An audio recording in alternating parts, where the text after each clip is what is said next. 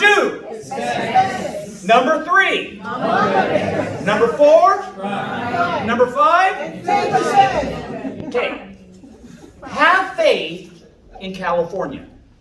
In 2018, I was your Republican candidate for Secretary of State. I got 4.4 million votes. Sounds like a lot, doesn't it? But I lost by 3 million votes. Ooh, sounds bad.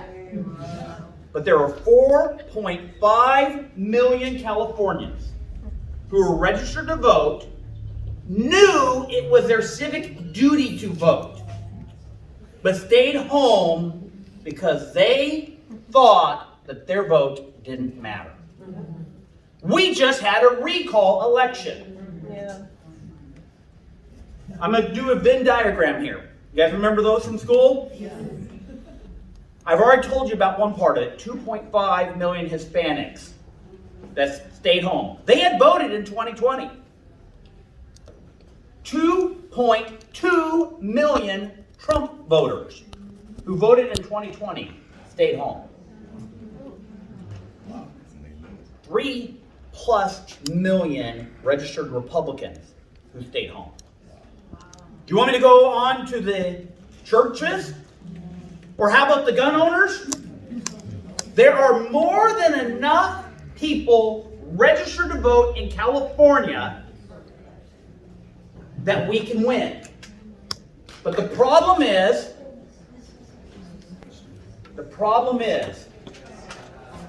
anybody watch those YouTube videos with flashlights on kittens as they try to change the light? The left is shining a little light that's called voter fraud. And we're spending all of our time over here talking about voter fraud. Now you guys are not normal in this room. We are 8 months out from an election and you're listening to somebody blabber about politics. If you guys were normal, we couldn't even stand in this room shoulder to shoulder.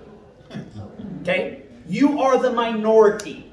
You're the minority of the minority of the minority. You got to get out of your head that your neighbor thinks like you. They are looking for whatever excuse they can get not to vote. And when they know that you are a leader and you're talking about election fraud, that is their excuse not to participate. And that is what the left wants them to do. Because if the majority of people went to the polls and voted their values, the communists, the socialists, the totalitarians could not hold office and destroy our American way of life. So here's what we have to do. We have to get our neighbors to the polls to vote. I think the